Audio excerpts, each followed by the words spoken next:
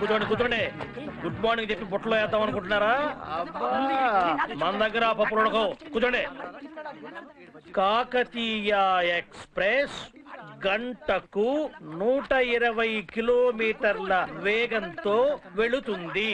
హైదరాబాదు నుంచి చెన్నైకి 600 కిలోమీటర్ల దూరము.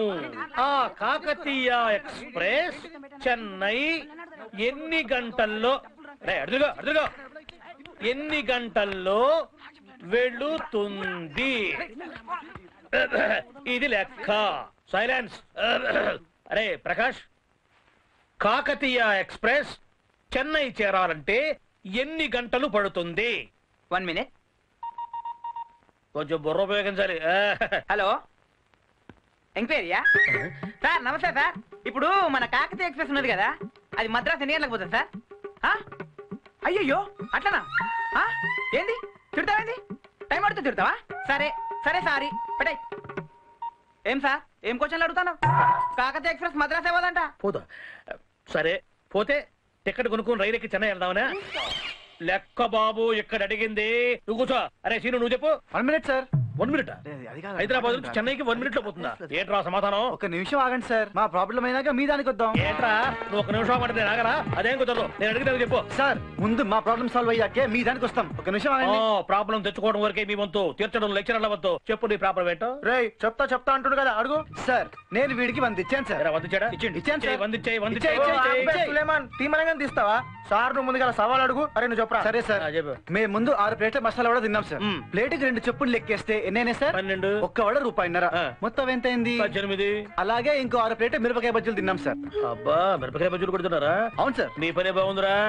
ప్లేట్కి ఎన్ని? 2. బజ్జీ ఎంత? రూపాయి చారన్నా. అంటే 12, 12, 3, 15. దీనికి ఇందాక 18 కలిపి ఎంత సార్? ఓ అదొక 18 మర్చిపోయా. 18, 15, 33. కాదు సార్, 36 సార్. 33 కాదు సార్. 15, 18, 33. Wrong sir. అరే 30 అంటే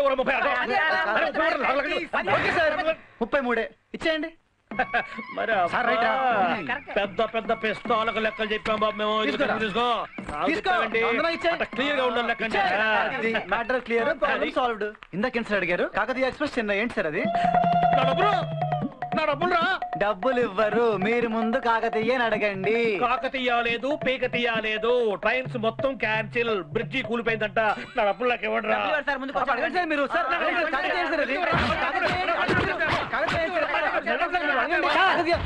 చెప్తే అర్థం చేసుకోవాలి. ఏంట్రా చెప్తే అర్థం చేసుకోవాలని చెప్పి ఎట్లా చూపుతున్నావేంటి? అంటే నాకు బ్రెయిన్ లేదనా? సరే ఇక్కడ కాదు కానీ అక్కడ ఇంకో మేధా ఉన్నాడు, లేనివాడు. అక్కడ తెలుసుకుందాం. పదండి పదండి. ఏంటి ప్రాబ్లం? సార్ పట్ట పగలు దోపిడీ జరిగింది. కాకతీయ ఎక్స్ప్రెస్ హైదరాబాద్ నుంచి బయలుదేరి చెన్నై వెళ్తూ పట్ట పగలు కాకతీయ ఎక్స్ప్రెస్ లో దోపిడీ? అయ్యో, దోపిడీ కాకతీయ ఎక్స్ప్రెస్ లో కాదు సార్, మన క్లాస్ లో. ఇలాంటి పనులు కూడా చేస్తావా నువ్వు? ఇలాంటి పనులు? దోపిడీలు? నేను దోపిడీ చేయడం సార్, నా డబ్బులు నేను కాపాడుకోలేకపోతున్నా. కాకతీయ ఎక్స్ప్రెస్ చెన్నై పోతుంటున్నారు సార్. అవును సార్. ఏమయ్యా సార్, కాకతీయ ఎక్స్ప్రెస్ వరంగల్ కదా వెళ్ళేది? ఇలాంటి తప్పుడు పాఠాలు చెప్పి పసిపిల్లలను మోసం చేస్తావా నువ్వు? పసిపిల్లలా? ఎవరు వీళ్ళు? వీళ్ళు పసిపిల్లలా? అరే కొంచెం ముందు రారా, వాడు చూపించు. చూడండి సార్, ఐమాక్స్ థియేటర్ అంటున్నాడు. వాడు పసిపిల్లడా? కాలేజీ కట్టినప్పుడు చేరాడు వీడు. వీడు పసిపిల్లడా? మీకంటే సీరియస్ ఆడు వీడు. వీడు పసిపిల్లడా? వీళ్ళకి నేను తప్పుడు పాఠాలు చెప్పాను. ఇటువంటి తప్పుడు పాఠాలు విని నేర్చుకుంది మొత్తం మర్చిపోయాను సార్. మొత్తం మరస కొట్టిండు. మరస కొట్టిండా? ఏం చేసావయ్యా? అబ్బా, మర్చిపోయాను. నేర్చుకున్నావు ఏంట్రా నువ్వు? చూడండి సార్, టాపిక్ ఎలా డైవర్ట్ చేస్తుండో. అవును సార్. టాపిక్ డైవర్ట్ చేయకు. ప్రాబ్లం ఏంటో చెప్పు నువ్వు. ఇక్కడ ప్రాబ్లం ఏం లేదు సార్, వీళ్ళు నాకు మాయ మాటలు చెప్పి నా దగ్గర 33 రూపాయలు దొబ్బేశారు సార్. అంత డబ్బా? ఎంత దారుణం.